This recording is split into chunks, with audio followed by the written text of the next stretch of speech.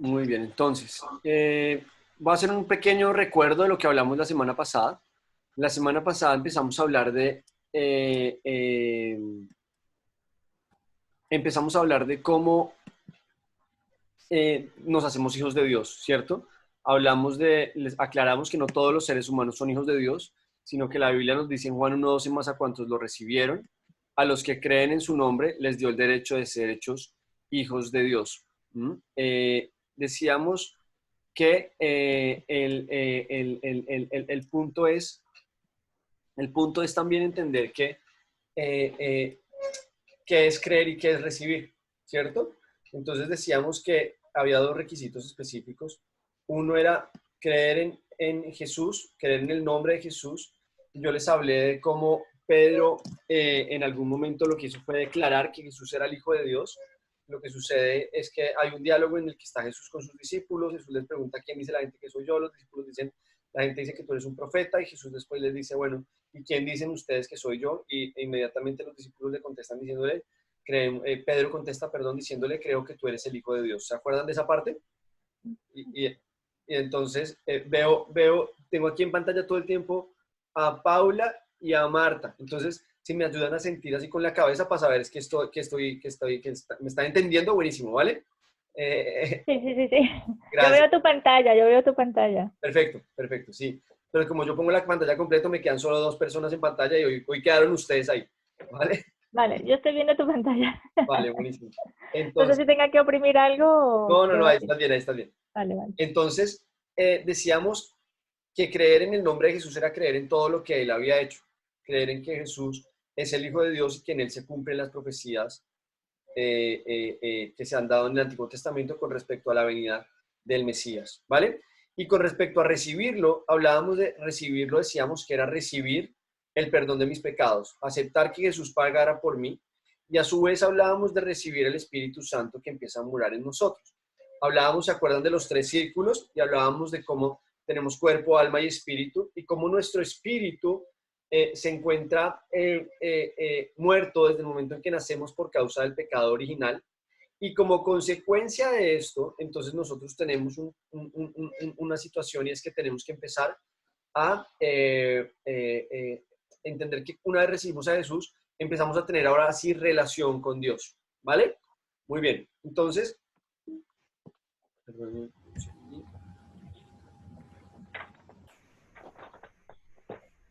muy bien, entonces habíamos dejado una tarea, y era ver en la cartilla que les compartí, la idea era ver cuáles son los privilegios de ser hijo de Dios. ¿Se acuerdan? Yo les dije Sí. que viéramos un punto. Me gustaría, de repente, si nos ayudan a compartir algunos de los que ustedes vieron.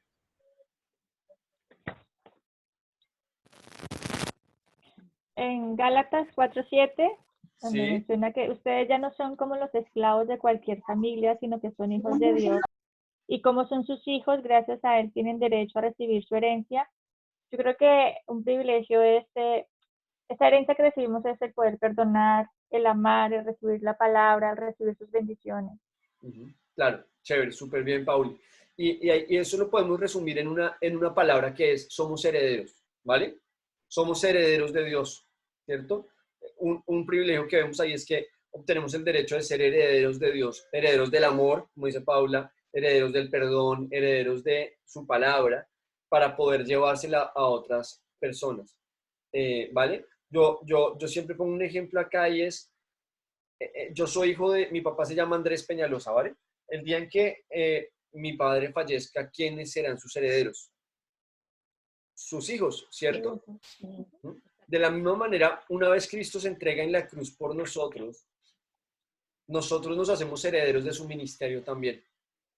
Nos hacemos herederos de lo que él hacía. Y por lo tanto, tenemos el privilegio y la bendición de servirle. Yo siempre explico algo, y es que el servicio nunca debemos verlo como un sacrificio. El servicio es un privilegio. Servirle a Dios no es un sacrificio, servirle a Dios es un privilegio, ¿vale? Muy bien. ¿Alguien más? De pronto sigamos en otro de los privilegios. Lucas 10, 17, 24, ¿alguien lo pudo ver? Sí, Pablo, por mi parte yo encontré que tenemos autoridad en el nombre de Jesús, o sea, se nos ha dado autoridad eh, mediante Jesús. O sea, en ese verso decía que los...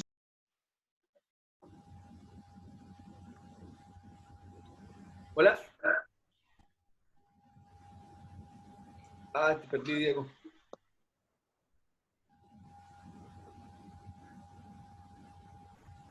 Hola, hola. ¿Me escuchan los otros? Sí, Sí, sí, hasta bien, nosotros lo Sí. escuchamos. Pero eso se le fue la voz a Diego cuando nos A estaba... Diego no lo escuchamos. Sí. Hola, Diego, Diego. Bueno, pero vale, me parece súper guay lo que estaba diciendo Diego. Y voy a leerlo, ¿vale? Voy a leer el versículo, lo que dice. Lucas 10, capítulo 10, versículos 17 al 24 dice: Cuando los 72 regresaron, dijeron contentos: Señor, hasta los demonios se nos someten en tu nombre. Yo veía a Satanás caer del cielo como un rayo, respondió él. Sí, les he dado autoridad a ustedes para pisotear serpientes y escorpiones y vencer todo poder del maligno. Nada les podrá hacer daño. Sin embargo, no se alegren de que puedan someter a los espíritus, sino alégrense de que sus nombres están escritos en el cielo. En aquel momento Jesús, lleno de alegría por el Espíritu Santo, dijo: Te alabo, Padre, Señor del cielo y de la tierra, porque habiendo escondido estas cosas de los sabios e instruidos, se las has revelado a los que son como niños. Sí, Padre, porque esa fue tu voluntad. Entonces, acá vemos varias cosas. Lo primero que, como estaba diciendo Diego, ¿ahora sí me escuchas? creo que se le ha perdido la conexión. Diego. ¿Se me escucha? Sí, Sí, los escucho. escuchamos. Ahora sí, se te cortó. Vale, sí, bueno, lo que había mencionado Pablo, y lo otro era ese puntito, nuestros nombres están escritos en el cielo, que bueno, yo lo tomo como referencia cuando el Señor habla del libro de la vida, que ya una vez mediante ya recibimos a Jesucristo, automáticamente nuestro nombre está escrito y nada ni nadie lo puede borrar de allí, porque ya a partir de ese momento de aceptarlo, ya nuestros nombres permanecen en ese libro. Y bueno, eso es lo que encontré ahí. Correcto, correcto, totalmente de acuerdo. Vemos dos cosas, ¿no? Vemos que uno de los privilegios que tenemos es que recibimos autoridad por medio de Jesús, ¿vale? Más adelante vamos a hablar de esa autoridad, más adelante cuando hablemos de quién es Satanás y vamos a hablar un poco del mundo, digamos, espiritual, o de la lucha o de la batalla espiritual, de la guerra espiritual, vamos a hablar un poco de esa autoridad, ¿vale? Pero es importante que entendamos esto, y es: todos nosotros los que estamos conectados hemos recibido esa autoridad. Una vez nos hacemos hijos de Dios, recibimos esa autoridad. No, no, el pastor no tiene más autoridad que tú frente a esto, porque la autoridad no la recibimos porque nos dan un título, porque nos dan un cargo, sino porque nos hacemos hijos de Dios, ¿vale? Les voy a poner un ejemplo muy sencillo. Cuando yo voy a la casa de mis padres, ¿cierto? Yo soy hijo y cuando voy a la casa de mis padres, yo llego a la casa y me siento con total autoridad de abrir la nevera y sacar lo que yo quiera y comerme lo que yo quiera. Y tengo total autoridad de ir y acostarme en la cama de ellos. De hecho, tengo tanta autoridad en la casa de mis padres que puedo entrar al baño de ellos y me puedo hasta bañar en el baño de ellos, cosas que no hago en la casa de nadie más, sino en la mía y en la de mis padres. ¿Por qué? Porque tengo autoridad. De la misma manera, una vez nos hacemos hijos de Dios, recibimos autoridad para actuar y vivir como hijos de Él, ¿vale? Entendiendo que todo lo que está bajo sus pies también está bajo nuestros pies también. Cuando digo bajo nuestros pies es que tenemos autoridad sobre todo, ¿vale? Lo segundo es, tenemos otro punto importante ahí es que tenemos nuestros nombres escritos en el libro de la vida. ¿Qué significa esto? Que tenemos vida eterna, ¿vale? Que estamos anotados en las personas, en la lista de quienes aceptaron que Jesús pagara por ellos y por lo tanto tenemos vida eterna, ¿vale? Siguiente privilegio, segunda. Dime, por favor, Marta. ¿De lo mismo? Sí, en ese punto vemos autoridad. En Lucas 10, 17, 24 vemos autoridad y vemos también que nuestro nombre está escrito en el libro de la vida. Sí, yo tengo lo mismo. Sí, perdón. Sí. Vale, perfecto. Perfecto. Vamos al siguiente. Segunda de Corintios 5, 17. ¿Ya puedo? Sí, por favor, Marta. Sí. En 2 Corintios 5:17 dice: esto significa que todo el que permanece en Cristo se ha convertido en una persona nueva. La vida antigua ha pasado, una nueva vida ha comenzado. Lo que quiere decir es de que si estamos en Cristo, somos nuevas criaturas y que todo lo pasado queda atrás, siempre y cuando obedeciendo de la palabra de Dios. De acuerdo. Perfecto, ese es el punto. Este privilegio es que somos nuevas criaturas, somos nueva creación. Y que seamos nuevas creación es una noticia muy, muy, muy, muy, muy bonita. ¿Por qué? Porque es la oportunidad que tenemos nosotros de entender que las deudas que teníamos se nos han perdonado, ¿vale? Que las deudas que yo tenía se me han perdonado. Más adelante vamos a hablar de la carne, de la naturaleza pecaminosa, y vamos a explicar cómo funciona y por qué nosotros, aunque somos nuevas criaturas, seguimos luchando con ella, ¿vale? Pero lo que debemos entender es que mis deudas han sido pagadas, ¿vale? Y ojo, que esta parte nos gusta, la que viene que les voy a decir a veces no nos gusta tanto, y es, así como yo me alegro de saber que mis deudas han sido perdonadas, también como soy una nueva criatura, he perdonado las deudas que los otros tenían conmigo. He perdonado a mis deudores. Si yo quiero que Dios me perdone mi deuda, de la misma manera yo debo perdonar la deuda de quienes me han ofendido a mí, de quienes han actuado, me han lastimado en la vida. Así como yo quiero el perdón de Dios y ser una nueva criatura con base en ese nuevo perdón, en ese perdón, de la misma manera yo ya debo ajustar mis cuentas con los demás y perdonar, ¿vale? Más adelante vamos a hablar también del perdón y vamos a profundizar en el tema, pero es un tema de doble vía, ¿cierto? Soy una nueva criatura tanto para recibir lo que Dios tiene para mí, como para darle a los demás eso nuevo que Dios ha puesto en mí. ¿Listo? Una cosita. Por favor.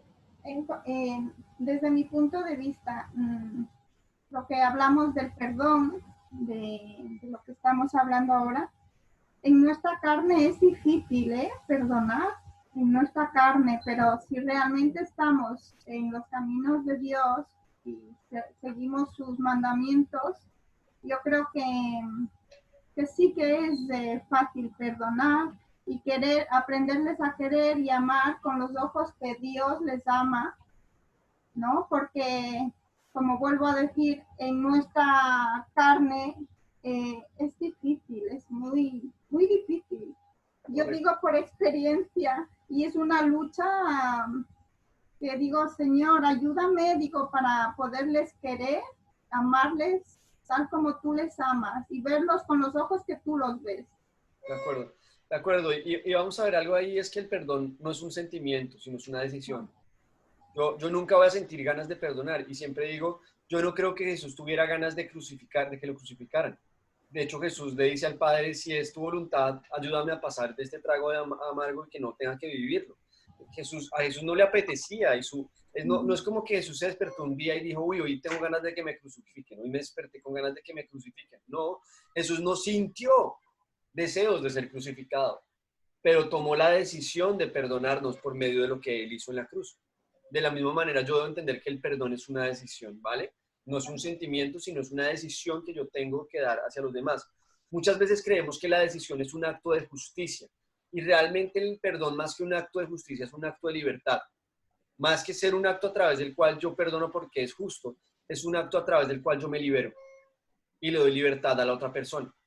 Porque el no perdonar me lleva a guardar rencor frente a otros y esa falta de perdón me hace esclavo del dolor que siento hacia otra persona. Entonces, cuando yo tomo la decisión de perdonar, entiendo que tal vez no es justo que yo lo perdone, tal vez no era, pero es que tampoco era justo que Jesús pagara por nosotros. Tampoco era justo que Jesús se entregara por nosotros. Entonces, en este nuevo nacimiento y en esta nueva creación que somos, debemos entender la importancia del perdón tanto que Dios nos da, como del perdón que nosotros debemos dar a otras personas. ¿Vale? Muy bien, gracias. Sigamos, vamos con el siguiente. Efesios 5:8, ¿alguien lo tiene?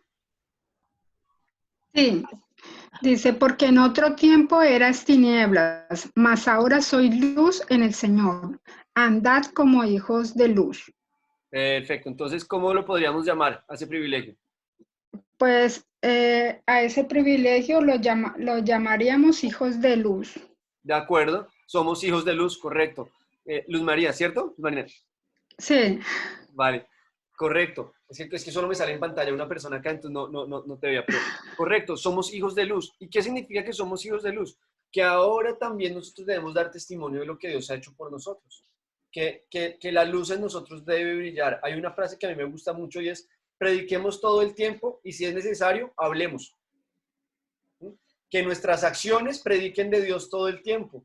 Si es necesario que tengamos que hablar, pero que nuestra vida sea la que hable de Dios y le muestre la luz a otras personas de lo que Dios está haciendo en nosotros. ¿Vale? Muy bien, gracias, Luz María. Vamos entonces ahora con el último, Juan 10, 27, 28. ¿Quién se anima? ¿Yo? Mis ovejas oyen mi voz, y yo las conozco, y me siguen y les doy vida eterna, y no perecerán jamás, ni nadie los arrebatará de mi mano. Aquí el privilegio es vida eterna, que el Señor nos da la oportunidad de permanecer al lado de Él, ¿no? Para siempre. Sí, claro, si somos buenos hijos, ¿no? Y obedecemos su palabra. Correcto, correcto. Tenemos vida eterna y va un poco de la mano del tema del libro de la vida, ¿cierto? Pero acá le suma algo y es que nosotros tenemos vida eterna porque aprendemos a escuchar su voz también, ¿vale? Que somos sus hijos y hemos logrado ser tanto sus hijos que ya escuchamos su voz y lo reconocemos. Sabemos que Él es quien nos está guiando por determinados caminos, ¿vale? Súper bien, muchas gracias. Muy bien los deberes. Felicitaciones. Pablo, ¿puedo agregar algo para el último? Claro, por favor.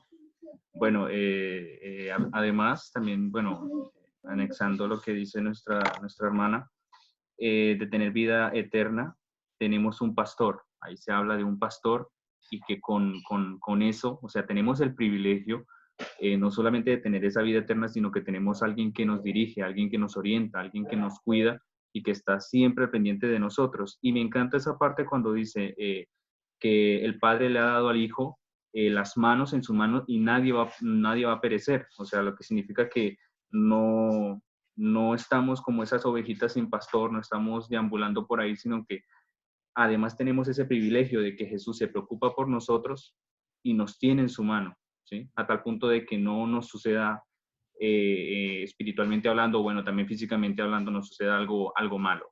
Y pues eso quería agregar, ya está. Me encanta, Diego, muy buen punto, me encanta, mira que no lo tenía acá y creo que es un punto muy importante, es que tenemos un pastor, ¿no? Y es muy valioso entender que nuestro pastor es Jesús, ¿no? Que el buen pastor es Jesús, ¿vale? ¿Por qué lo aclaro? Porque muchas veces la gente equivocadamente pone su fe en pastores humanos de la tierra, ¿no?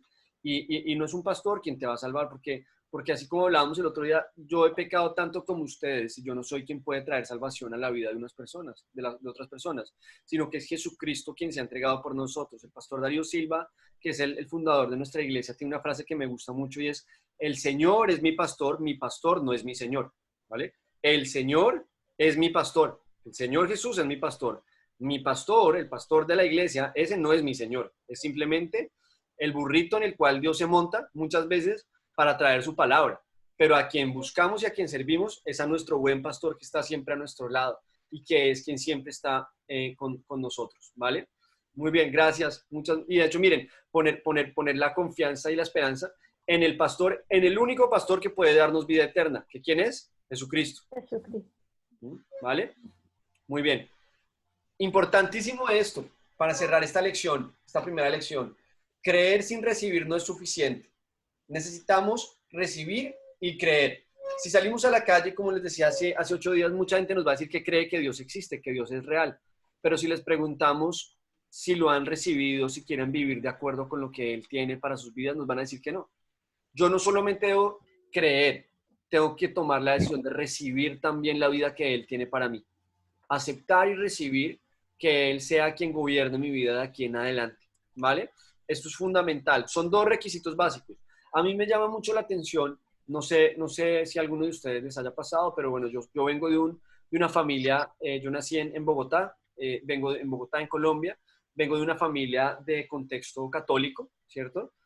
Me bautizaron por lo católico, hice primera comunión, y digamos que crecí en un contexto católico porque Colombia es un país de origen católico, ¿vale? Hasta 1991 Colombia fue un país confesional. Un país que decía Colombia es un país católico, apostólico y romano, católico, apostólico y romano. Entonces, pues uno era católico porque nacía en un país católico. Y entonces a uno le preguntaban, ¿usted cree en Dios? Y uno decía, sí, claro, yo creo en Dios. Y a la gente le preguntaban, ¿ustedes creen que Jesús es el Hijo de Dios? Sí, claro, yo creo que Jesús es el Hijo de Dios. Pero cuando tú entras a preguntarle a una persona a profundidad, ¿por qué cree en Jesús? ¿Por qué cree en Dios? Pues su respuesta muchas veces no va más allá de decir, pues porque eso fue lo que me enseñaron en mi casa, porque eso fue lo que me enseñaron en mi país. Y yo creo que nosotros debemos ir mucho más allá. A mí me gusta mucho hacer esta pregunta y es, si no hubiéramos nacido en Perú, en Colombia, no sé, ¿en dónde más nacimos los que estamos acá conectados? Ecuador. Ecuador, ¿vale? Si no hubiéramos nacido en Ecuador, en Perú, en Colombia, en Venezuela, en España, sino que hubiéramos nacido digamos que nacíamos en Afganistán o en Siria, ¿seríamos cristianos o seríamos musulmanes? Musulmanes. Musulmanes. De contexto y origen seríamos musulmanes, ¿vale? La respuesta, lo que yo creo y que es a lo que tenemos que llegar en nuestra fe hoy es a decir, yo conozco a profundidad tanto mi fe hoy en día que sé que si hubiera nacido en cualquier otro país del mundo ya habría tomado una decisión por Cristo. Porque la decisión que tomo por Él no la tomo con base en el lugar en el cual me tocó nacer o en la familia en la que nací, sino en el conocimiento que tengo de su palabra y en lo que he podido estar a su lado. Por eso es importante no solamente creer, porque todos los seres humanos creen en algo, hasta los ateos creen en algo. El ateo cree en que Dios no existe, tiene fe en que Dios no existe. Todos los seres humanos creemos en algo. El punto está en que mi fe esté sustentada y esté basada de tal manera que yo pueda decir, estoy en el lugar correcto. Estoy creyendo y estoy parado en el lugar correcto, ¿vale? Entonces, es importante esto y por eso van a ver que nos esforzamos mucho por ayudarle a las personas a aprender a leer la Biblia. Una de las valores más importantes que se transmitieron a la humanidad gracias a la Reforma Protestante fue la capacidad de crítica y juicio por parte del ser humano. Porque a través de la Reforma Protestante, digamos que la palabra de Dios estaba monopolizada en aquellos que sabían hablar latín. Entonces, los que sabían latín podían leerla y entenderla. ¿Y quiénes eran los que hablaban latín? Los que tenían mucho dinero, que venían de familias de muchísima tradición, y los sacerdotes eran quienes podían hablar latín. Entonces, al tener el monopolio de la palabra unos pocos, pues hombre, el sacerdote predicaba solamente de aquello de lo que pues le parecía conveniente, solamente de aquello que le convenía, pero no iba a predicar de aquellas otras cosas que de repente le iban a generar a la gente darse cuenta que la iglesia podía haberse equivocado en determinadas cosas. Entonces, Martín Lutero hace algo y es que traduce, una de las cosas más valiosas de Martín Lutero es que él traduce la Biblia al alemán para que la gente en su contexto pudiera empezar a leerla. Y coincide con un momento histórico que no sé si se acuerdan de clases del colegio, que aparece un personaje fundamental ahí que se llama Gutenberg. Y Gutenberg se inventa la imprenta. Y coinciden históricamente estos dos momentos, Martín Lutero y la invención de la imprenta, que permiten que las escrituras se divulguen por todas partes y la gente pueda empezar a leer la Biblia. Porque la gente no podía leer la Biblia por dos razones. Primero, porque no hablaba latín, y segundo, porque tener un libro en ese tiempo era muy costoso porque no había imprenta. Entonces eran manuscritos que alguien se sentaba a escribirlos. Entonces imagínate cuánto se demoraba una persona en hacer una transcripción de la Biblia y por lo tanto cuánto costaba tener una Biblia. Pues era para gente muy adinerada poder tener su Biblia en casa. En cambio, cuando aparece la Reforma Protestante y coincide con Martín Lutero, con la imprenta de Gutenberg, Martín Lutero dice, la gente necesita tener su fe cimentada y la gente tiene que encontrar y poder descubrir lo que la Biblia dice con respecto a Dios por sí misma. Entonces se genera algo que es la crítica del creyente, que el creyente pueda leer la palabra y pueda tomar decisiones críticas con respecto a la palabra. Y por eso nosotros creemos tanto en la esencia de la iglesia evangélica y protestante y que esto le sumó muchísimo. Esta crítica que hace Martín Lutero es de alguna manera también el sustento para las universidades que conocemos hoy en día. Digamos, esa batalla que se gana por medio del protestantismo es lo que sustenta la manera en la que se enseña en las universidades y en los colegios hoy en día, y es la crítica del estudiante. Entonces, ¿a qué voy con esto? Que todo lo que yo les diga a ustedes no tienen por qué creerlo porque yo se los diga, sino que tienen que creerlo porque la Biblia lo dice y ustedes lo han podido ver de primera mano también, ¿vale? No podemos quedarnos con que el pastor nos dice que es así. ¿Por qué? Porque el pastor lo dijo. No, es porque la Biblia lo dice. Todo tiene que estar sustentado bíblicamente, ¿vale? Entonces vamos a trabajar mucho, no solamente durante este curso, sino en los demás cursos y en los procesos de grupos pequeños que tenemos en nuestra iglesia, en que la gente pueda aprender a leer la Biblia, porque eso te va a ayudar muchísimo en tu relación personal con Dios, ¿vale? Entonces no solamente es necesario con creer, es necesario recibir, ¿vale? Y entender qué es lo que recibimos. Muy bien. acá con esto les compartí hace 8 días, les hacía la pregunta si ustedes habían tomado una decisión por Jesús, si habían decidido entregarle su vida a Él. Y yo, de pronto ya si han tenido todo este tiempo esta semana para hacerlo y para pensarlo y reflexionarlo, yo quisiera que quien quiera hoy, no importa que si ya lo ha hecho, pues es una buena oportunidad para volver a decirlo, pero si ahora has entendido tu fe, ¿vale?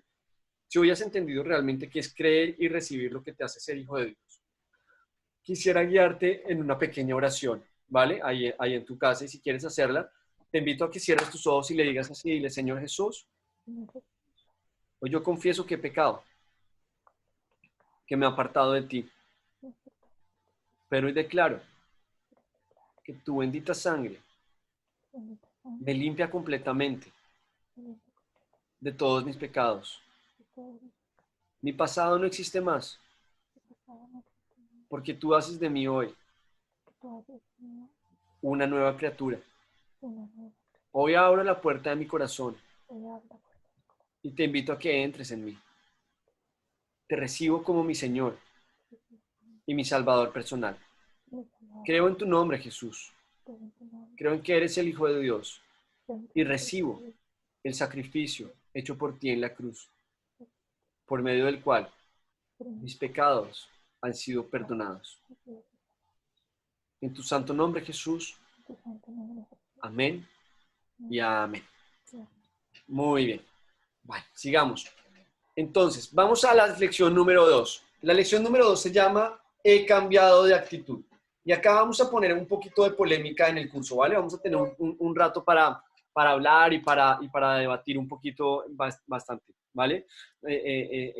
Bastantes cosas. Entonces, lo primero es, miren lo que dice Mateo 4:17, que lo tenemos acá en pantalla. Dice, desde entonces comenzó Jesús a predicar, arrepiéntanse porque el reino de los cielos está cerca. Entonces, Jesús, su mensaje y su predicación giraba en torno a invitar a las personas a que se arrepintieran, a que tomaran una decisión de arrepentirse, ¿vale? Una vez yo me hago hijo de Dios, debo entender que esa decisión está basada y fundamentada en la convicción que he tomado de arrepentirme de mi pasado, de arrepentirme de mis pecados y de vivir lo que Dios tiene para mí. Es importante que entendamos la diferencia entre arrepentimiento y remordimiento, ¿vale? No es lo mismo arrepentimiento que remordimiento. Son dos cosas muy diferentes. Y acá quiero hacerles una pregunta y es, una vez yo me hago hijo de Dios, una vez yo he creído y he recibido a Jesús como mi Señor y Salvador, ¿voy a volver a pecar? Sí. Sí, ¿cierto? Desafortunadamente nos volvemos a equivocar. Nos hacemos hijos de Dios y desafortunadamente nos equivocamos. ¿Y qué quiere Dios que yo haga cada vez que me equivoco? Que me arrepienta. Que viva arrepentimiento y no remordimiento. El arrepentimiento implica hacer un giro de 180 grados frente a la conducta que yo estaba teniendo, ¿vale? El arrepentimiento significa que si yo voy caminando en esta dirección y me estrellé contra una pared, no vuelvo a estrellarme contra la misma pared, sino que cambio de dirección y empiezo a caminar en una dirección opuesta, ¿vale? El remordimiento es que vengo y me estrello con esta pared y más adelante doy la vuelta y vuelvo y me estrello con la misma pared y voy, doy otra vueltica y después vuelvo y vengo y me estrello con la misma pared. En el remordimiento simplemente nos quedamos en sentir culpa. Dios no quiere que sintamos culpa, Dios quiere que tengamos responsabilidad, que es muy distinto. La persona que guía su vida por la culpabilidad se queda en el remordimiento. La persona que vive su fe con base en la responsabilidad vive el arrepentimiento. Y debemos tomar decisiones de arrepentimiento constante. Miren que Jesús contaba con que nosotros nos íbamos a equivocar, porque cuando nos enseña a orar dice, perdona nuestras ofensas, así como nosotros perdonamos a nuestros deudores. Y dice, cada vez que hables con el Padre, haz así. Es decir, está diciendo, cada vez que hables con el Padre, pídele perdón por las veces que te equivocas. Jesús daba por sentado y sabía que nosotros nos íbamos a equivocar. Pero así como Él sabe que nos vamos a equivocar, nos dice, lo que debes hacer es, cada día, arrepentirte y pedirle perdón a Dios por aquellas cosas que has hecho que le han ofendido. Y tomar una decisión diferente, caminar en una dirección distinta. Por eso hablamos de que el arrepentimiento es dar un giro de 180 grados. Que si vengo caminando por acá y me voy a estrellar, decido caminar en la dirección opuesta. Le doy la espalda al pecado. Empiezo a darle la espalda al pecado y a caminar de una manera distinta. ¿Qué es pecado? Pecado es todo aquello que no le agrada a Dios. Desafortunadamente creo que los seres humanos hemos crecido con la idea de que pecado es aquello que lastima a otros, y eso no es verdad. Pecado es aquello que desagrada a Dios. Muchas de esas cosas lastiman a otros, otras nos lastiman a nosotros mismos, ¿vale? Porque muchas veces la gente nos va a decir, pero ¿por qué es pecado emborracharse si no le estoy haciendo daño a nadie? Tal vez no le estás haciendo daño a nadie, pero le estás haciendo daño a tu cuerpo, y por eso a Dios no le agrada lo que estás haciendo. Los mandamientos Dios no nos los puso porque quería amargarnos la vida, sino porque quiere que nos vaya bien, porque quiere que tengamos una buena vida, que podamos disfrutar de la vida, más que un mandamientos con la intención de restringirnos, son instrucciones de cuidado que Él tiene para nosotros. Él quiere cuidarnos y por lo tanto nos dice, no hagas esto, no camines por acá, no te juntes con este tipo de personas, no hagas tales cosas. ¿Por qué? Porque Él quiere que nos vaya bien, porque Él quiere que estemos bien. Trabaja en esto. Cuando trabajes, trabaja así. Cuando estés casado, vive el matrimonio de esta manera. Con respecto a tu sexualidad, vívela de esta manera, ¿cierto? Dios quiere que nosotros vivamos la vida de una manera digna y de una manera en la cual podamos disfrutar nuestra vida. Y por eso nos da instrucciones. Y es importante que nosotros podamos entender el valor del arrepentimiento en este punto. ¿Qué es el pecado entonces? El pecado es todo aquello que nos aparta de Dios. El pecado es todo aquello que de alguna manera altera mi relación con Él, ¿cierto? Que de alguna manera sé que no le agrada a Dios. Miren que cuando Adán y Eva caen en pecado, ¿qué es lo que comen? ¿Comen de qué árbol? ¿Se acuerdan cómo se llamaba el árbol del que comen? Algunos El dicen que el árbol de conocimiento. manzanas. ¿Ah? Es Dime, por favor. el conocimiento. El árbol del conocimiento del bien y del mal. Es decir, Dios nos creó con libertad de decisión, porque Dios les dice, pueden comer de todo. Dios nos crea con libertad de albedrío, porque Dios nos crea y nos dice, muchas veces yo me pregunto, pero Dios, ¿para qué se puso a crear el árbol del conocimiento del bien y del mal? No lo hubiera creado y ya, así no nos habría pasado nada. Pero si Él hubiera hecho eso, no nos habría dado libertad de decidir. ¿Por qué Dios nos da libre albedrío? Por una razón muy sencilla, porque Él nos ama. Y quien ama espera ser correspondido en ese amor. Y cuando tú no tienes más que una opción, no es amor lo que demuestras, sino resignación. Porque como usted es lo único que hay, pues a usted es quien me toca estar y punto. Pero cuando yo tengo varias opciones y escojo una, la escojo porque es la que yo amo y la que yo quiero. Es decir, Dios quiere que lo amemos, por eso nos da libertad de albedrío, libertad de decisión. Pero adicionalmente, ¿cierto? Él nos dijo, la única instrucción que Él nos había dado era, no comas del árbol del fruto del conocimiento del bien y del mal, el día que comas de él, ciertamente morirás. Y entonces va Eva, va la serpiente, tienta a Eva, Eva tienta a Adán también, los dos comen, y entonces viene el problema que ya todos conocemos. Realmente, ¿qué es lo que pasa en la vida de ellos? Que se abre, más que se abra, se nubla su conocimiento. Antes tenían una sola cosa que no debían hacer, que era comer de ese árbol. De resto podían hacer todo lo que... No había ninguna otra regla, solo había una regla, no coman de ese árbol. A partir de ese momento, el ser humano se llena de un montón de decisiones. Se nos abre la baraja de decisiones porque comimos del árbol del conocimiento del bien y del mal y empezamos a creer que nosotros podemos determinar lo que está bien y lo que está mal. Y eso es un problema muy profundo que tenemos los seres humanos. Y es que nosotros andamos queriendo determinar lo que es bueno y lo que es malo. Y por eso terminamos con lo que dice la Biblia de hay aquellos que llaman a lo bueno malo y a lo malo bueno. ¿Sí? Porque nosotros, de repente muchos dicen que abortar está bien. Y te dan un montón de argumentos y de sustento para decirte que abortar no tiene problema. Algunos te van a decir que tener relaciones sexuales antes del matrimonio está bien, que no tiene ningún problema.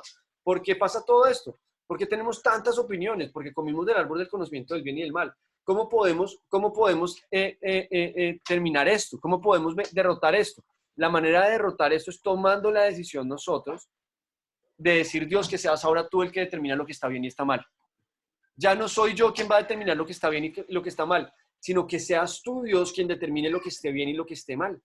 Entonces, ¿cómo hago eso? Pues conociendo su palabra. Por eso les insistía tanto ahorita en leer la Biblia, en la importancia de leer la Biblia. Porque la única manera de conocer la voluntad de Dios es leyendo la Biblia, es entendiendo lo que la Biblia dice. En la medida en que yo entiendo la Biblia, empiezo a conocer el camino de lo que Dios tiene para mí. Y empiezo a entender a lo que Dios llama bueno y a lo que Dios llama malo. Y de hecho empiezo a entender el por qué Dios lo llama bueno y por qué Dios lo llama malo. Voy a ponerles un ejemplo. Con los chicos y con la gente en general, cuesta mucho que entiendan el por qué no tener relaciones sexuales antes del matrimonio. Dicen, pero ¿por qué? ¿Pero qué tiene de malo? ¿Pero por qué? Pero claro, porque como usted ya está casado, pues le queda fácil decir esto. No, hombre, yo también fui joven cristiano y también sé lo difícil que es ser joven cristiano, ¿cierto? Joven queriendo amar a Dios. Pero, ¿por qué? ¿El por qué? Hombre, porque primero la Biblia nos dice que se generan ataduras, ¿cierto? Que el hombre se unirá a su mujer y los dos llegarán a ser una sola carne. Es decir, llegamos a ser como uno. Y entonces cuando yo me caso, cuando yo tuve relaciones sexuales antes del matrimonio con otra persona que no era mi esposa, ¿cierto? Que no es quien va a llegar a ser mi esposa, cuando me caso, pues me enfrento con muchísimas dificultades frente a lo que viví antes, porque tengo recuerdos. ¿Cómo sabes tú quién da los mejores besos? Pues si solamente te has dado besos con una persona, pues para ti solamente esa persona es la que da los mejores besos del mundo. Cuando tú te has dado besos con 30 personas, siempre andas comparando y pensando, es que ese es mejor, es que tal. Es un poco, no sé si les ha pasado que alguna vez han ido a una panadería que esté buenísima, una panadería que esté deliciosa. A mí me encanta el pan, yo soy fanático del pan. Y entonces, imagínense que voy a la panadería y me como el pan más... tengo una panadería aquí al lado de mi casa, ¿vale? Y entonces, ese es el pan que tengo en mi casa, al lado siempre ese es el pan que hay, y es con el pan que yo crecí.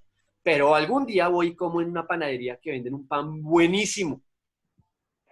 Y entonces me encantó ese pan. ¿Le sigo siendo fiel a la panadería de mi barrio o ahora soy fiel a la panadería más buena? A la más buena. A la más buena. Entonces, cuando yo en mi sexualidad ando buscando pan por todas las panaderías del mundo, pues voy a andar comparando el pan de aquí y el pan de allá y voy a tener muchos problemas en mi matrimonio. Porque de repente entonces no veo las cosas como Dios realmente quería que yo las viera, era que mi esposa y yo fuéramos uno. Y que yo no andara comparando a mi esposa con nadie más. Que no comparara mi sexualidad en mi vida matrimonial con la sexualidad que tuve con otra persona.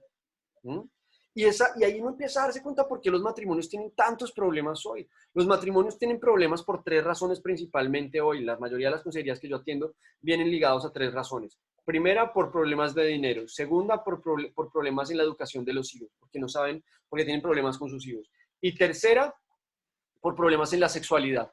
Y los problemas en la sexualidad casi siempre están cimentados en las malas decisiones que tomaron cuando eran jóvenes. En las malas decisiones que tomaron en el pasado, que los llevan a crecer con una idea equivocada de la sexualidad. Y entonces en su matrimonio tienen muchas dificultades. Entonces, ojo, el pecado no es aquello que lastima a otros, el pecado es aquello que no le agrada a Dios. Y a Dios no le agrada no porque Él quiera amargarnos la vida, sino porque Él sabe que nos vamos a lastimar y que nos va a ir mal después, que vamos a sufrir después, ¿vale? Entonces, esto es importante. ¿Cuál es el proceso a través del cual vivimos el arrepentimiento? El verdadero arrepentimiento implica estos 3 conceptos, ¿vale? Estas 3 cosas hacen parte del verdadero arrepentimiento. Lo primero es sentir pesar, sentirme mal, ¿cierto? Hice lo que a Dios no le agradaba y me siento mal, ¿ok? Lo siguiente es confesar. ¿A quién le confieso mi pecado? A Dios. Yo no tengo por qué confesar mi pecado a otro ser humano, porque ningún otro ser humano puede darme el perdón, solo Dios puede darme el perdón, ¿vale? Ojo, la palabra dice que nos confesemos los pecados unos a otros, pero para que oremos unos por otros, más no para que nos perdonemos unos a otros. O sea, no es que tú tengas que contarle el pecado al pastor para que el pastor te diga, bueno, ahora tienes que entonces hacer una ofrenda de tanto y entonces te perdonan ese pecado. O tienes que subir de rodillas a tal lugar, o tienes que latigarte, o tienes que quedarte de rodillas tanto tiempo. Yo le confieso mi pecado ¿a quién? A Dios. A Dios. Dios, la Biblia dice, pues Dios que si confiesen sus pecados a Dios, pues Él que es fiel y justo nos los perdona. A Dios le confieso mis pecados y Él que es fiel y justo me da el perdón. No es el pastor, no es el líder, no es otra persona quien te da perdón, ¿vale? Entonces, quien te da el perdón verdadero. O cuando yo he lastimado u ofendido a otra persona, tengo que ir a pedirle perdón, que es diferente, ¿vale? Pero mis pecados personales, los pecados que yo tengo, se los confieso ¿a quién? A Dios. A Dios, ¿vale? Entonces lo primero es sentirme mal. Cuando peco, me siento mal. Después, confieso mi pecado. Y tercero, cambio de actitud. tengo que tomar una decisión de cambiar de actitud frente al pecado. Porque si nos quedamos en estas dos primeras, si me quedo en sentir pesar y en confesar, entonces lo que tengo es remordimiento. Una pregunta, Sí, perdón. sí, por favor, Marta. Cuando pone en la primera que dice sentir, pensar, ¿qué quiere decir? O sea, Perdón, es un problema, perdóname, es un problema de digitación, es sentir pesar, quiten la N de ahí. Ah, vale. Vale, perdón, gracias Marta por la observación. Es un problema de digitación, quiten esta N de acá. Sentir pesar, confesar y un cambio de actitud, ¿vale? Entonces, me siento mal por lo que yo he hecho en mi pasado, confieso mi pecado a Dios y cambio de actitud. Y entonces tengo arrepentimiento. Tengo este giro de 180 grados del que hablábamos, ¿vale? Pablo, una pregunta. Sí. Respecto a lo que dices de si hemos lastimado y ofendido personas, digamos, empezamos ahora nosotros este proceso de pensar, de acordarnos de cosas, de malos comportamientos, y esa persona, pues, digamos, ya no sé dónde está, o fue hace muchos años, ¿cómo puedo tener como esa paz con esa persona, o lo entrego todo a Dios, o esa Yo creo persona, que, pues, ¿cómo hago para contactarla? No sé. sí, Yo creo que a muchos nos ha pasado, ¿no? sí, sí, sí, de acuerdo. De hecho, pues muchas personas les sucede también, por ejemplo, que crees que tienes que perdonar o pedir perdón a tus abuelos y tus abuelos ya fallecieron. Y uno dice, ¿cierto? Entonces, es en mi corazón tomar la decisión ante Dios de perdonar y ante Dios tomar la decisión en mi corazón de tomar perdón. Ahora, cuando yo tenga la oportunidad de pedirle perdón a alguien, debo hacerlo, porque eso va a traer libertad a la vida de la otra persona. No solo a mí, sino a la otra persona también le va a dar libertad. O sea, la otra persona va a ver la luz que hay en mí también.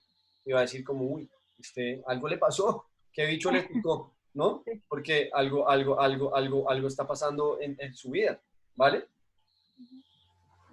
Muy bien. ¿Vale, Pauli? sí, sí. Perfecto. Entonces, sentir pesar, confesar y cambiar de actitud para poder tener este verdadero arrepentimiento y empezar a caminar en la dirección diferente, en hacer este giro de 180 grados, ¿vale? El arrepentimiento involucra entonces un cambio de dirección frente al pecado. El remordimiento es saber que lo que se ha hecho no está bien y sin embargo seguir haciendo lo mismo, ¿vale? El remordimiento es, yo sé que lo que hice no estaba bien, pero sigo haciendo todo el tiempo lo mismo. Sigo una y otra vez haciendo lo que sé que no le agrada a Dios. En este, cambio mi dirección, cambio la dirección. Muchas veces pasa que tengas luchas que son luchas frente a las cuales llevas dando la pelea mucho tiempo, como las luchas en la inmoral, por ejemplo, las personas que luchan con pornografía o con masturbación, las personas que luchan con arrebatos de ira, las personas que luchan con andar criticando a los demás, ¿cierto? Hay muchas luchas que nosotros tenemos que son luchas constantes, luchas que están ahí todo el tiempo. ¿Qué te aconsejo en esto? Es bueno que busques un consejero y alguien que te pueda ayudar. No porque ese consejero te vaya a dar el perdón de tus pecados, porque es Dios quien te da el perdón de tus pecados, sino porque ese consejero te va a ayudar muy probablemente en ese proceso. Y porque cuando yo le cuento a alguien que estoy luchando con algo, me quito una carga gigante también de encima. Y entiendo que puedo ser transparente frente a otras personas y que no debo vivir con máscaras frente a otros, que no debo vivir en hipocresía. Desafortunadamente, durante los años 90, pues que fue el tiempo en el cual yo llegué a la iglesia cristiana, y el principios de los 2000, creo que en la iglesia hubo mucha hipocresía, porque los pastores parecían ser personas que nunca se equivocaban, personas que eran un referente de perfección, ¿cierto? Uno nunca vio a un pastor pedir perdón porque eso era inconcebible, porque el pastor no se equivocaba, porque el pastor era el enviado de Dios, más o menos. Y eso generó muchos problemas porque la gente tenía luchas y entonces tenía temor de abrir su corazón y buscar ayuda porque decía, tal vez si cuento que estoy teniendo esta lucha me van a echar de la iglesia o no me van a volver a amar o no voy a poder seguir sirviendo en la iglesia. Entonces prefiero seguir luchando con eso solo en mi casa, pero venir a la iglesia y parecer que todo está bien. Y yo por eso los invito mucho a veces es muy valioso encontrar un compañero de lucha, alguien que me pueda acompañar en ese proceso. Los que estamos casados, entender que es un cordón de tres dobleces y que debo buscar el apoyo en Dios y en mi esposa también. Que si yo tengo una lucha, no solamente doy la batalla en mi corazón y en mi mente, sino que debo dar la batalla con mi esposa a mi lado. Y confesar es decirle, tengo esta lucha, quiero que me ayudes a vencer esta lucha y esta batalla. de la mano de Dios, ¿vale? Muy bien. Acá quiero que, muy bien, quiero que veamos esto es, si la tristeza que siento no viene acompañada de un cambio de actitud frente al pecado, no es arrepentimiento. La tristeza que sientes cuando te equivocas tiene que venir acompañada de una decisión que yo tomo de cambiar de actitud. Siempre que le pidas perdón a una persona, te aconsejo que hagas un compromiso con la persona también. Es decir, muchas veces cuando pedimos perdón solemos pedir perdón y justificarnos. Entonces decimos, perdóname porque te hice esto, pero entiende que tú también me hiciste esto y por eso yo te actúo así. Eso no es perdón. Ahí no estoy cambiando de actitud. Ahí estoy simplemente intentando cruzar cuentas. El perdón es, yo te perdono y a partir de ahora me comprometo a no volver a hablarte así. Me comprometo a no volver a hablar de ti de esa manera. Me comprometo a no decirte esto, ¿vale? Porque ese compromiso me va a ayudar en mi cambio de actitud, en el caminar diferente. Y cuando yo ore a Dios, también es importante que yo le diga a Dios, hoy tomo el compromiso de esto. Perdóname porque hice esto. Y Señor, hoy tomo el compromiso de hacer esto. Dame fortaleza para asumir ese compromiso y para seguir adelante. Y entonces, en la tristeza que siento cuando me equivoco, no va a quedar solamente basada en el confesar mi pecado, sino va a quedar también en el cambio de actitud, en el compromiso que yo hago hacia Dios, ¿vale? ¿Te has arrepentido de tus pecados? Esto es clave, ¿sí? Es fundamental para poder tomar una decisión por Cristo, el tomar la decisión de arrepentirme de mis pecados, decirle a Dios, yo me arrepiento de lo que he hecho, me arrepiento de lo que he vivido en mi pasado, me arrepiento de lo que ha pasado antes, y te lo entrego a ti, y tu palabra dice que queda en la cruz y que tú me haces una nueva criatura, ¿vale? Muy bien, vamos a la tercera lección. Esta lección se llama He sido perdonado. Ahora vamos a hablar del perdón, ¿vale? La segunda lección que vimos ahorita se llama He cambiado de actitud. Ahora la tercera lección, que es la que vamos a empezar acá, se llama He sido perdonado, ¿vale? He sido perdonado. Bueno, entonces, Mateo 1:21 dice, dará a luz un hijo y le pondrás por nombre de Jesús, porque él salvará a su pueblo de sus pecados. Entonces, Jesús tenía un propósito claro y era salvar al pueblo de sus pecados. La razón por la cual Jesús vino fue para darnos perdón. Esa es su razón principal. No para generar, religiosidad. Él vino, su propósito era darnos perdón de nuestros pecados, ¿vale? Les quiero contar algo y es, en el Antiguo Testamento, vamos a ver que el Antiguo Testamento de alguna manera es, en el Antiguo Testamento vamos a ver la historia del pueblo de Israel, ¿vale? Cómo se funda, cómo se da la fundación del pueblo de Israel, cómo empieza a crecer, cómo prospera, cómo la embarra, cómo la lía, cómo le va mal, cómo vuelven y se levantan, cómo vuelven y la lían, cómo vuelven y se levantan, cómo vuelven y la lían, tal como nuestra vida es, ¿no? De las grandes cosas que Dios hizo por el pueblo de Israel y de las promesas que Dios le da al pueblo de Israel con respecto al Mesías, ¿vale? De alguna manera esa es a grosso modo la historia del Antiguo Testamento. Entonces vamos a ver que cuando el pueblo de Israel es sacado de Egipto, les voy a hacer un pequeño resumen súper rápido de la historia del pueblo de Israel, ¿vale? Resulta que hay un personaje que se llamaba Abraham, ¿vale? Están Adán y Eva, después de Adán y Eva entonces viene Caín, Abel, que entonces Caín mata a Abel, queda Caín, ya vamos a avanzar en la historia bastante, viene el diluvio, viene Noé, Dios no estaba de acuerdo con lo que estaba haciendo la humanidad, entonces envía el diluvio, viene Noé, después de Noé entonces quedan sus hijos, dentro de los hijos de Noé hay un personaje que se llamaba Sem, de Sem es de quienes vienen los israelitas, por eso cuando la gente habla de odio contra los judíos, no habla de antijudíos, sino antisemita. ¿Por qué antisemita? Porque están en contra de la raíz de Sem, de quienes vienen de Sem, de los descendientes de Sem, ¿vale? Entonces, descendientes de Sem son tanto el pueblo de Israel como los pueblos árabes. Entonces, viene Sem, viene después de esto, entonces vamos a avanzar un montón en la historia y aparece Abraham. Entonces, Abraham era un personaje que era descendiente de Sem, ¿cierto? Y que vivía en un lugar muy importante, en una ciudad muy importante que se llamaba Ur de los Caldeos. Estaba en esta región, y en esta región en la cual él estaba era muy próspero, Y él vivía en un mundo politeísta, un mundo que creían muchos dioses. Pero Abraham llega y dice, hombre, hay un solo Dios. No puede haber muchos dioses porque si hay un Dios que es más importante que otros, quiere decir que solamente hay uno, que es realmente Dios. Y lo que nos cuenta la Biblia es que Dios habla a Abraham.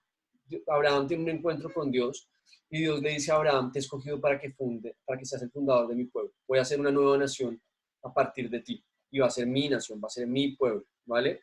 Y entonces Abraham está casado con una mujer que se llama Sara.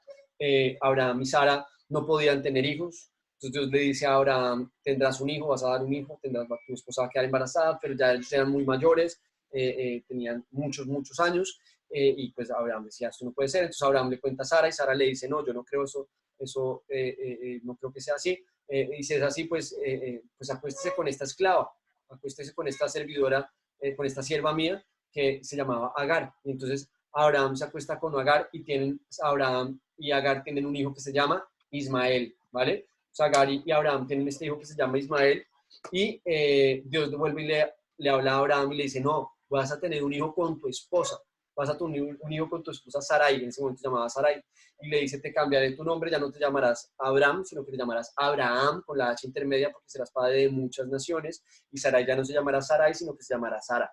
Entonces, ahí viene Abraham lo vamos a conocer como el padre de la fe. ¿Por qué Abraham como el padre de la fe? Porque Abraham como el padre de la fe, porque Abraham es el fundador, de alguna manera, es la primera persona después de toda esta historia que les estoy contando, que llega y dice, hay un solo Dios y quiero servirle a ese único Dios, ¿vale? Y entonces Abraham empieza a poner la fe en práctica. Y a mí me encanta porque miren algo que esto lo entendí en estos días y es, para Abraham y Sara, pues de alguna manera tener relaciones sexuales pensando en tener un hijo era un acto de fe. O sea, era como decir, hombre, ¿cómo es que nosotros nos vamos a quedar, vamos a tener un bebé? Eso no puede ser. No puede ser. ¿Sí? Una cosita, ¿por qué se le permitió tener un hijo con otra persona que no era su esposa? Fíjate que, buena pregunta, Carol. Y esto es acá clave, y es, ¿Dios le dijo a Abraham que tuviera un hijo con la esclava? No, pero ¿por qué No. la mujer permitió eso? La mujer lo permitió porque era la tradición en esos tiempos. Y a mí muchas veces me preguntan que por qué la Biblia permite el politeísmo, la poligamia, perdón. Y la poligamia es tener más de una esposa, ¿cierto? Y si ustedes se fijan, en la Biblia todos los personajes que practicaron la poligamia tuvieron problemas por culpa de la poligamia. Todos. A ningún personaje de la Biblia que vivió la poligamia le salieron bien las cosas. Salomón tuvo problemas por andar con tantas mujeres. Y de ahí viene toda la división en su familia. El rey David, de la misma manera. Abraham, un poco de lo mismo, ¿cierto? Jacob pasa lo mismo entre sus esposas y terminan sus hijos entregando como esclavo a su hermano, ¿vale? Entonces, la Biblia en ningún momento autoriza la poligamia. Era una tradición de esos tiempos y mucha gente lo hacía, pero Dios nunca le dice a la gente que tenga más de una esposa. Nunca lo vemos en la Biblia. La gente lo hace, las personas que lo hacen, después viven consecuencias profundas por culpa de eso. Y lo vamos a ver acá en este caso de Abraham, lo vamos a ver en el caso de Abraham. Y es que entonces, Sara le dice a Abraham, tiene un hijo con Agar. Tiene un hijo con Agar que se llama Ismael. Después Abraham y Sara ponen en práctica la fe. Y esto que les estaba diciendo creo que es importante y es, miren cómo la sexualidad es una herramienta a través de la cual pongo en práctica mi fe también. La sexualidad no solamente tiene un propósito de deleite y de placer, la sexualidad tiene un propósito dentro de los planes de Dios. Miren cómo Dios le dice a Abraham y a Sara que tengan un hijo a una edad tan avanzada, y ellos, es que es un acto de fe que ellos tuvieran este hijo. Es un acto de fe que a esa edad quedara embarazada Sara. Y Sara queda embarazada, entonces queda embarazada Sara de este hijo que se llama Isaac, ¿vale? Entonces Abraham tiene dos hijos, Ismael e Isaac. Abraham era un tío que tenía mucho dinero, le había ido muy bien, había prosperado mucho y no había podido tener hijos. Lo que quería decir que el día en que él falleciera, quien iba a heredarlo era su sobrino Lot, ¿vale? Era quien lo iba a heredar, y era quien iba a heredar todo lo que él tenía. Y él decía, ¿cómo va a quedarse con todo esto a él? He trabajado toda mi vida para que se lo quede no va a tener una descendencia que se quede con lo que yo he trabajado. Y entonces Dios le da, tiene a Ismael y Dios le da a Isaac. Y entonces empiezan los problemas de la poligamia, de la pregunta que hacía Carol. Porque entonces Agar empieza a hacer sentir mal a Sara porque no puede tener hijos, después empieza a hacer sentir mal a Isaac por medio de Ismael, hasta que entonces ya Dios, Abraham va y le dice a Dios, Dios, no sé qué hacer con estas dos mujeres, me están enloqueciendo. Y Dios Pablo, dice, una pregunta. ¿sí? Ahí es donde se empiezan como ese problema que tú decías de tener relaciones antes del matrimonio, de estar comparando a las mujeres en ese sentido.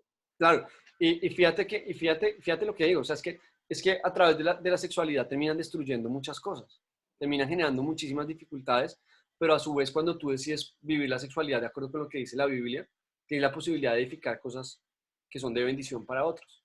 Y entonces Abraham se enfrenta a una posición muy compleja acá, y es que sus esposas están peleando. Y entonces en ese momento él viene y le dice a Dios, Dios, ¿qué hago? Y creo que si yo hubiera sido Dios, le habría dicho, pues que usted para qué se puso a enredarse. Ahora, de malas, ahora se la aguanta a las dos. porque para qué se puso a hacer en esas, ¿no? Y entonces hay una canción de salsa que a mí siempre me hace mucha gracia que dice Salomón en su gran sabiduría con sus 1000 mujeres, yo con una y dándome contra las paredes. Pero bueno, pero fuera del chiste de salsa, volviendo a la historia acá, vemos entonces cómo se genera un conflicto profundo por causa de esto. Y entonces Dios le dice, dile a Agar que se vaya, porque tú estás casado con Sara, y es Sara tu esposa, y tú no puedes tener más de una esposa. Y entonces Abraham le dice, pero ¿y qué va a hacer de mi hijo Ismael? Y Dios le dice, no te preocupes, yo haré de él también un pueblo grande, una nación grande. Y entonces Ismael se va, ¿cierto? Agar e Ismael se van y se queda Abraham con su esposa Sara y con Isaac, su hijo. Pero resulta que, ojo, que acá hay algo importante, y es que Dios le dice a Abraham, yo estableceré el pacto que he hecho contigo por medio de Isaac. Su pueblo, el pueblo de Isaac, será la descendencia de Isaac, será mi pueblo. Pero Dios no le dice en la Biblia que el pueblo de Ismael vaya a ser su pueblo. Él le dice, haré del pueblo de Ismael una nación grande, pero él no le dice, será mi pueblo. Y acá viene algo que es tremendo, y es que vemos que del pueblo de Isaac vienen los judíos, de Isaac viene el pueblo judío, de Ismael viene el pueblo árabe, y dentro del pueblo árabe tenemos a los musulmanes. Y podemos ver cómo esa mala decisión de Abraham en ese momento, genera consecuencias hoy en día todavía. Las decisiones que nosotros tomamos en todos los ámbitos de nuestra vida generan un impacto enorme a nuestro alrededor, ¿vale? Y entonces queda Abraham con Sara y su hijo Isaac, ¿vale? Isaac entonces tiene después un hijo, el hijo de Isaac tiene dos hijos que se llaman Esaú y Jacob. Y entonces Esaú y Jacob, Esaú era mayor que Jacob, y entonces Esaú iba a tener la oportunidad de ser el heredero de la bendición de de Isaac, perdón. Y entonces Esaú empieza a discutirle empiezan a tener conflictos entre Esaú y Jacob, pero resulta que Jacob le compra la primogenitura a Esaú y le dice, yo te daré lo que como coloquialmente hemos llamado un plato de lentejas, ¿cierto? Y entonces en ese momento le vende su primogenitura, y Jacob va donde su padre Isaac el día en que ya está, no el día en que iba a morir, sino ya en sus últimas. Y entonces cuando viene Jacob acá, Jacob viene y le dice, Isaac, perdón, dice, quiero que venga Esaú mi hijo porque voy a darle la bendición. Y entonces en ese momento viene entonces Jacob disfrazado de Esaú. Isaac le da la bendición a Jacob. Cuando Esaú se entera, entonces Esaú quiere matar a Jacob y Jacob tiene que salir corriendo. Cuando Jacob sale corriendo, termina yéndose muy lejos y termina llegando a donde un familiar suyo. Y donde ese familiar se enamora de una chica. De la chica que se enamora o que le parece guapísima es una chica que se llama Raquel. Entonces esta chica que le gusta muchísimo, que se llama Raquel, tiene una hermana que se llama Lea. y Lea era la mayor. Entonces le dice al padre de Lea y de Raquel, ¿cierto? Le dice, que llamaba Labán, le dice, yo quiero casarme con su hija. Entonces Labán le dice, bueno, pues tienes que trabajar 7 años. Cuando hayas trabajado todo ese tiempo para mí, entonces te dejaré casarte con ella.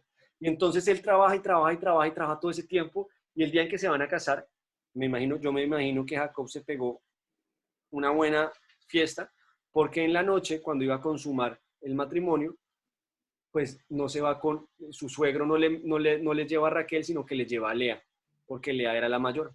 Al otro día entonces Jacob le dice, ¿por qué me has engañado? Y pues de alguna manera Jacob estaba pagando el engaño que él también había sembrado contra Esaú. ¿Sí? Y entonces su suegro le dice, bueno, si quieres a Raquel también te la doy, pero la condición es que tienes que trabajar otros 7 años. Entonces él tiene que trabajar ese tiempo y después tiene también a Lea, a Raquel.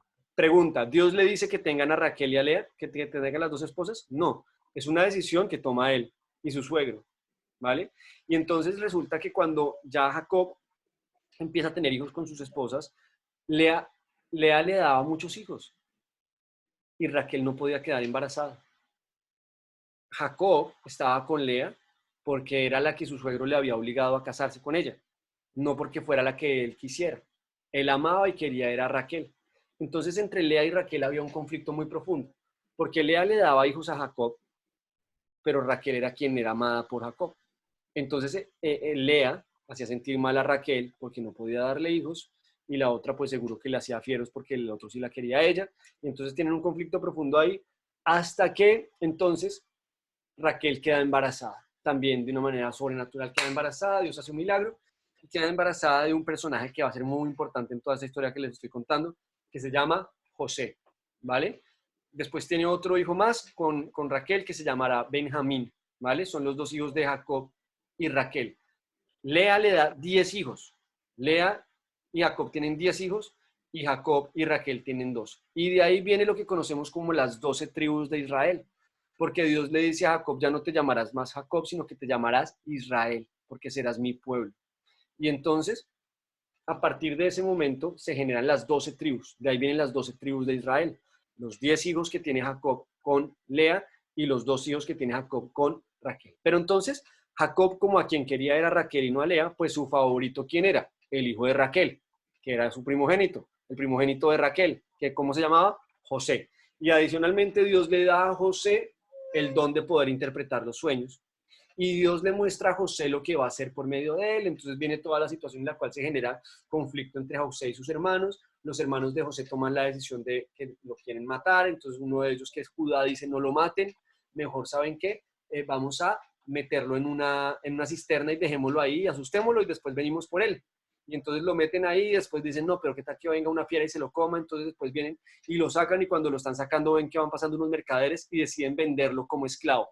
Y lo venden como esclavo, como buenos israelitas, como buen judío, hacen negocio de todo, y entonces venden a su hermano, montan a su hermano en una caravana de mercaderes y se lo llevan. Se llevan a José, se va José termina José en Egipto, y el pueblo de Israel, y Jacob, los hijos de Jacob, cuando vienen y le dicen a Jacob que su hijo José se lo han devorado las fieras, Jacob se pone muy triste y pasa un buen tiempo en que entonces José llega a Egipto. José llega y se pone a trabajar a cargo de un personaje que se llama Potifar. Cuando empieza a trabajar para este personaje que se llama Potifar, entonces la mujer imagínense que esto es una parte que es súper interesante de la Biblia.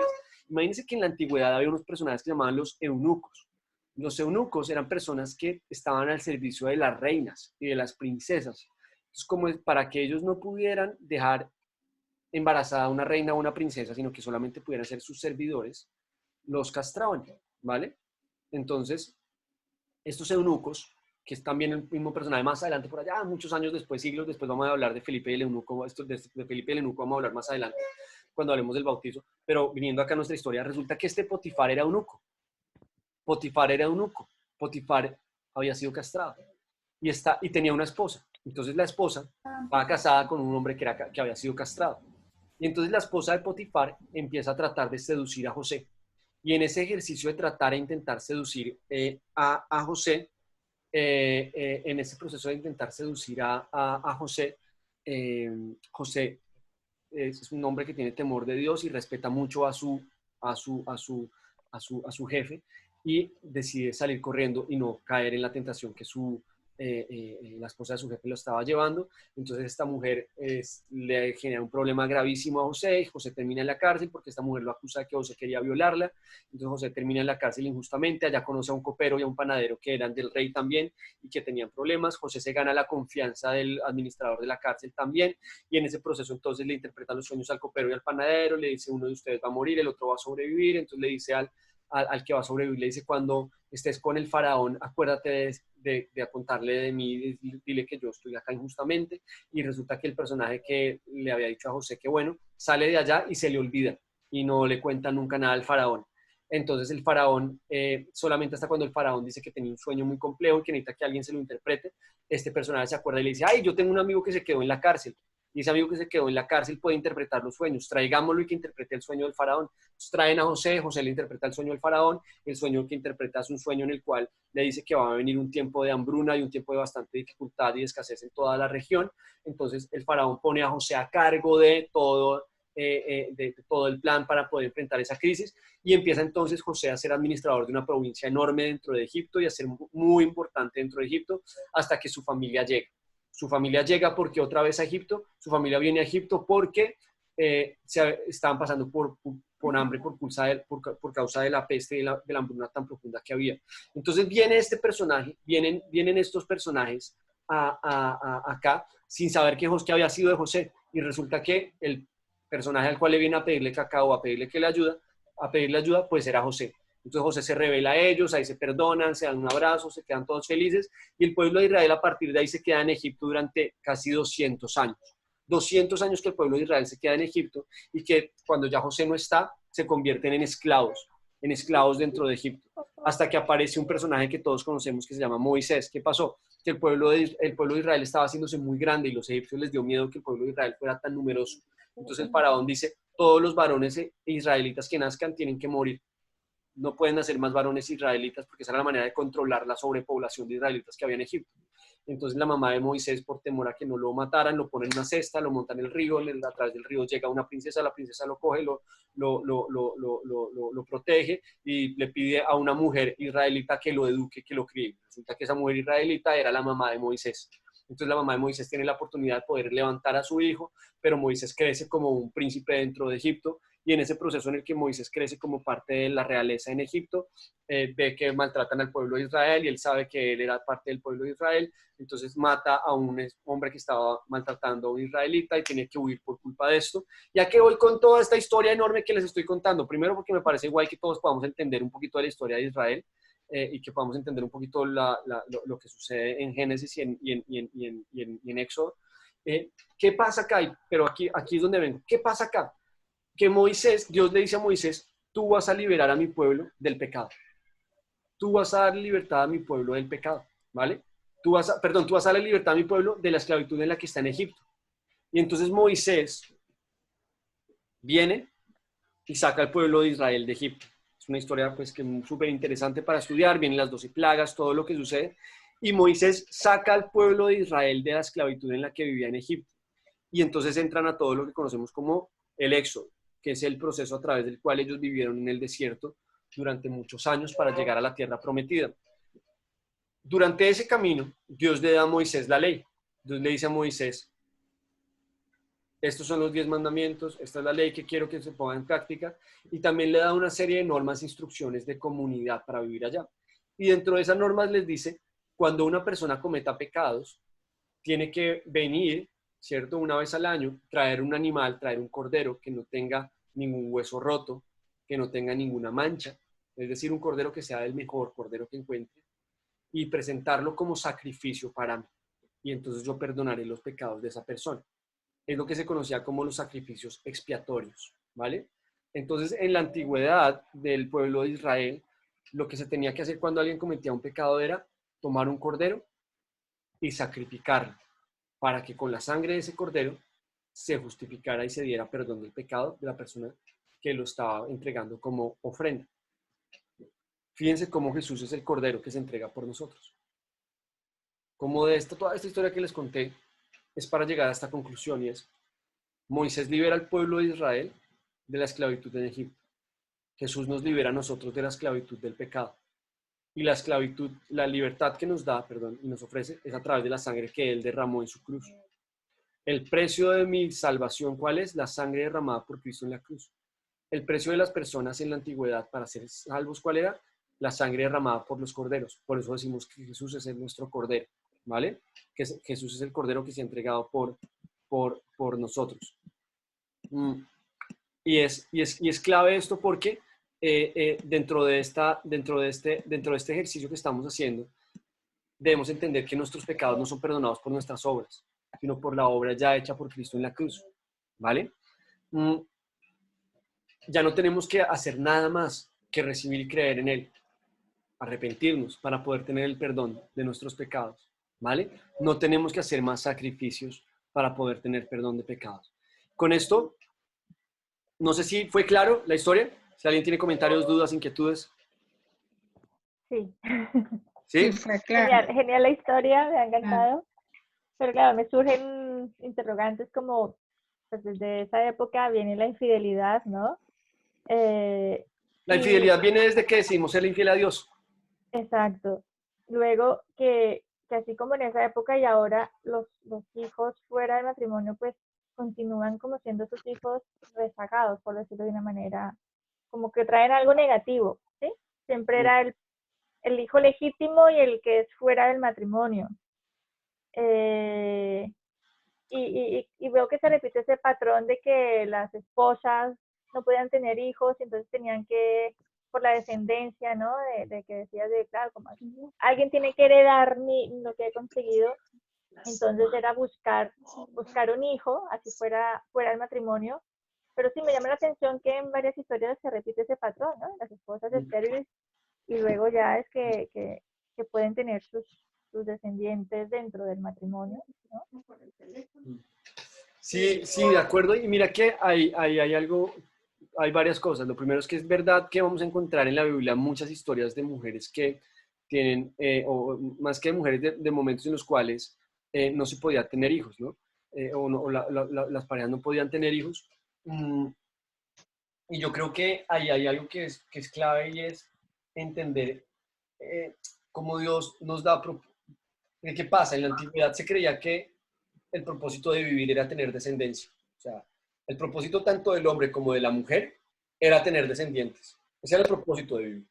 ¿Quién iba a mantener mi apellido y mi nombre y mi legado? Ese era de alguna manera el propósito en la antigüedad. Entonces, a mí me encanta porque de alguna manera yo creo que muchos de nosotros estamos estériles en nuestro propósito todavía. Y lo que Dios, no estériles en cuanto a nuestros hijos, sino estériles en el propósito de la vida. Y lo que Dios hace por medio de Jesucristo es darnos un nuevo propósito. Es traer un nuevo propósito a nuestras vidas. Y lo segundo, con respecto a los hijos fuera del matrimonio o a los hijos ilegítimos, hay algo que me encanta de esto también, es como Jesús también parte la historia en dos. Porque si tú te pones a pensar, Jesús era un hijo que no era hijo de José. Sí, también. ¿Sí? Y como, por eso hablamos de la importancia, cuando más adelante, si ustedes quieren avanzar en todo esto en el Instituto Bíblico, vamos a hablar de las doctrinas, y en la doctrina de la adopción, hablamos de que nosotros somos adoptados por Dios como sus hijos porque no hacemos parte del pueblo de Israel. Pero a su vez también hablamos de cómo Jesús fue adoptado por José como su hijo para poder vivir el cumplimiento de la promesa en su vida. Y eso yo creo que es muy bonito, porque es entender que Jesús se puso en los zapatos de todos nosotros. Y cambia de una manera radical la historia de todo esto, ¿no? Entonces, a mí me gusta mucho eso. Y creo que lograr ver la historia completa, y a medida que vayamos avanzando, pues podremos seguir haciendo más resúmenes como tal de la historia del pueblo de Israel para ir entendiendo muchas cosas. Pero lo que quiero que podamos ver hoy es cómo el ser humano, el pueblo de Israel estuvo buscando todo el tiempo a Dios. Y lo que tenían que hacer era obras, y lo que tenían que hacer era sacrificios para llegar a Él. Y lo que hace Jesús es entregarse como un único sacrificio por nosotros para que tengamos salvación y para que podamos tener los beneficios de los cuales hablamos hace un momento, ¿vale? Y que entendamos que el perdón de nuestros pecados no es por lo mucho que nosotros hagamos, sino por lo que Él ya ha hecho por nosotros, ¿vale? Vale. Muy bien. Yo quiero con esto ya terminar por hoy. Esperen un segundito.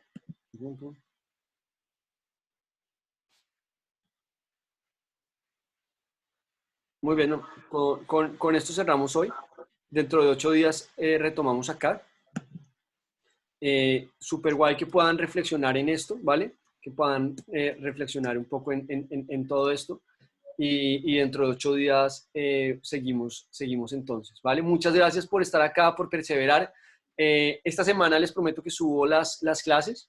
Lo que haré es que voy a crear un canal de YouTube o sea, un canal de YouTube que no va a tener publicidad, digamos, alrededor, solamente para nosotros. Y en ese canal voy a subir las clases, ¿vale? Y les mando el enlace para que ustedes puedan verlas, para que puedan repasar y puedan estar viéndolas, ¿vale? Y nada, muchas gracias a todos por este tiempo. Nos vemos el miércoles. Perdón, el miércoles tenemos culto, acuérdense, a las 9:30 de la noche tenemos culto siempre los miércoles. Y acuérdense que de la oración de las 6:30 de la mañana, los que quieran y puedan conectarse, ¿vale? Deberes no. ¿Perdón? Deberes no hay. No te entendí. Deberes, dice. Deberes no, hoy los voy a dejar, esta semana los voy a dejar descansar. Gracias, Pablo. Los deberes que tienen esta semana son perdonar y pedir perdón. ¿Vale? Ahora. Gracias. Bueno, Dios los bendiga. Igualmente. Adiós. Hasta luego a todos. Adiós. Buen provecho ahorita en la comida. Gracias, lo mismo. Adiós. Igualmente. Adiós. Adiós. Vale, hasta luego.